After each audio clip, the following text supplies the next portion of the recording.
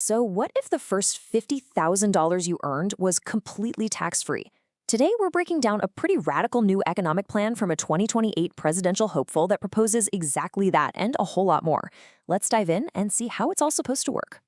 Okay, so the proposal has this big name, the America First Tax and Jobs Reset. And that word, reset, is really the key here. Candidate Bottom's plan isn't about making a few small tweaks. It's a proposed overhaul of the entire system, and it's slated to begin in 2029. To really get our heads around this thing, we're going to break it into 5 parts. First, what does this reset actually mean? Then, the tax relief promised to individuals. After that, the big question, how is it all funded? Then, the plan to bring jobs back home.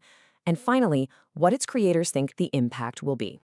So what's the core idea here? Well, at its heart, this is a proposal to fundamentally shift the tax burden.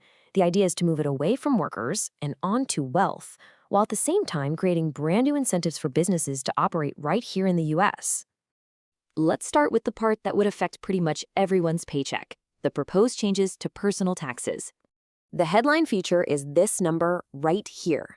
The plan proposes making the first $50,000 of every American's income completely free from federal income tax, and this would apparently apply to everyone with no income cap. But the relief goes well beyond that $50,000 threshold. The plan also proposes some major changes for tips, for retirement income, and even for some of the most popular tax credits.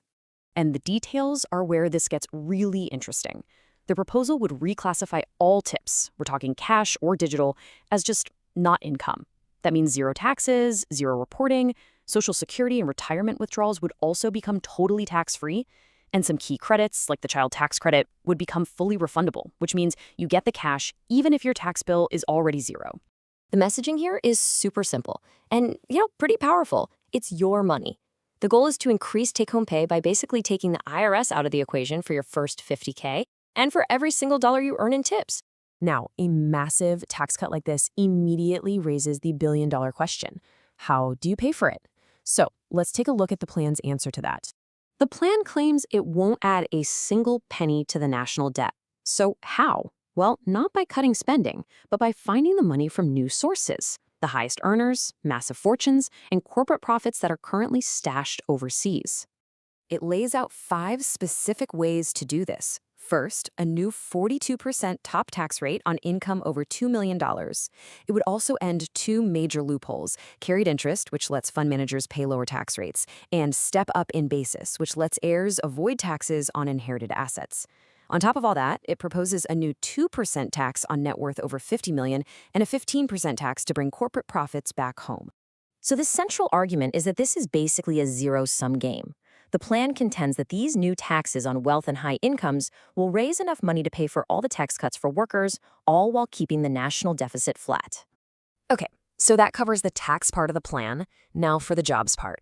The proposal includes what it calls a permanent magnet, a strategy designed to not just attract businesses to the US, but to make them stay for good. It's a system that's designed to reward staying power. A company builds or expands here and operates for 2 years. Then, for a full decade, it gets a 20% payroll credit, which is basically a big discount on its tax bill related to employee wages.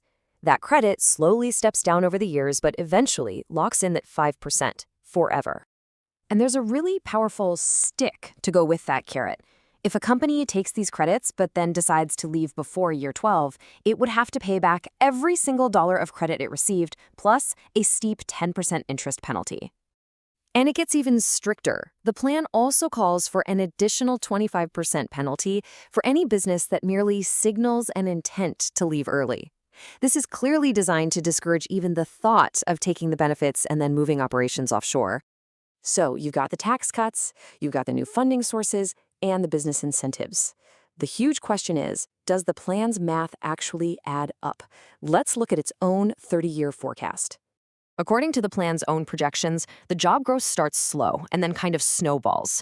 It forecasts 80,000 new jobs in the first 5 years, but that number is projected to jump to over 500,000 by year 10 and then 1.4 million by year 15.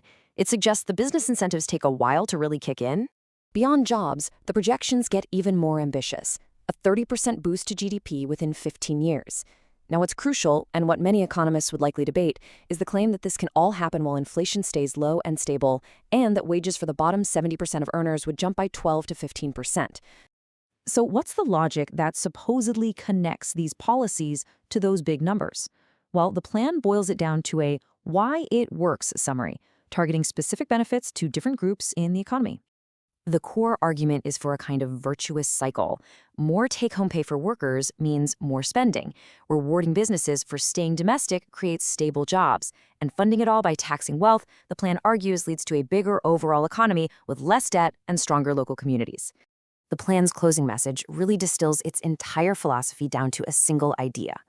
It's a vision of economic growth funded not by debt, but by an internal restructuring of the tax system, aimed at fostering domestic production and, well, national success. And this entire economic vision serves as a cornerstone for the Bonham 2028 campaign, tying directly into its America and Americans First platform. So we're left with a pretty fundamental question. This plan proposes a massive economic experiment, dramatically cutting taxes on what people earn from work here in the U.S., while dramatically increasing taxes on large fortunes and overseas profits. It's a seismic shift, and the core debate will be about the consequences. Would it unleash a new era of domestic growth, or would it trigger unforeseen economic disruptions? That's the multi-trillion-dollar question.